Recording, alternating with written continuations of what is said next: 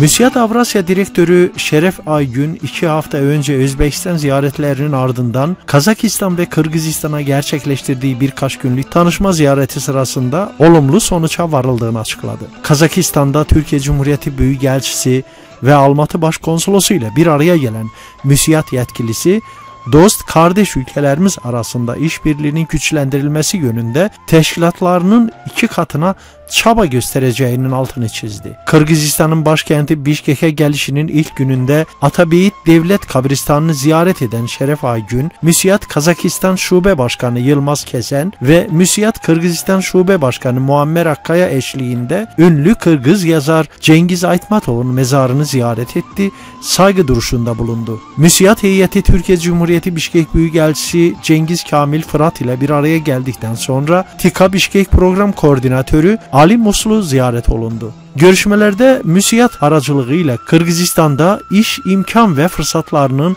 yakalanması ve Türkiye'nin ünlü firmalarından Kırgızistan'a çıkarma yapılması konuları görüşüldü. MÜSİAD Kırgızistan gönüllüleriyle bir araya gelen Avrasya Direktörü Şeref Aygün, teşkilatın faaliyetiyle ilgili geniş bilgi aktardı. MÜSİAD'ın Kırgızistan'da iş alanına katkı sağlaması ve faaliyet alanını genişletmesi için her türlü desteği vermeye hazır olduğunu belirtti. MÜSİAD'ın 11.000'i aşan üyemizle ve 46.000 üye işletmemizle yurt içinde 86, yurt dışında 72 farklı ülkelerde 166 irtibat noktasıyla güçlü bir sivil toplum kuruluşu olduğunu belirten Aygün, iş adamlarının projelerini, sorunlarını, beklenti ve kanaatlarını ilgili bir platforma taşıyarak bunların çözümüne gayret edeceklerini ifade etti.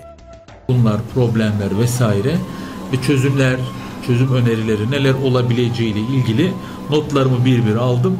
Onlara da herhalde 50'nin üzerinde ülkeye gitmişimdir. Yani 50'den aşağı değildir ama bu ülkelerdeki tecrübeleri, yaşamışlıkları, neler yapabiliriz, neler olabilir konuşacağız.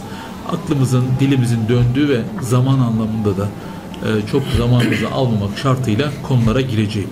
Buyur Muammer kardeşim. Öncelikle hepinize teşekkür ediyorum arkadaşlar. Biz Kırgızistan olarak Avrasya'nın bir küçük ülkesiyiz.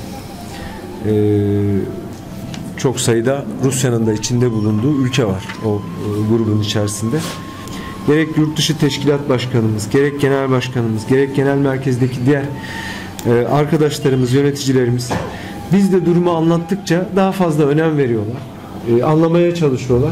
Hakikaten Orta Asya'da benim şu arkadaşım var, selam söyle oraya gidiyorsan, Azerbaycan'da benim dostum var diye Kırgızistan'a gelirken Şeref Bey'e Azerbaycan'a selam gönderen arkadaşlar Türkiye'nin sınırına buradan selam göndererek coğrafi şeylerini de gösteriyorlar. Benim için burada önemli olan kendi aramızda işbirliğini yapabilmek.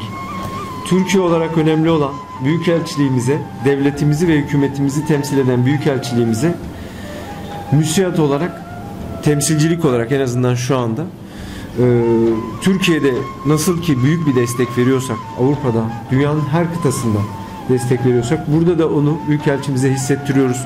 Toplantılarımızda hepimiz hissettiriyoruz.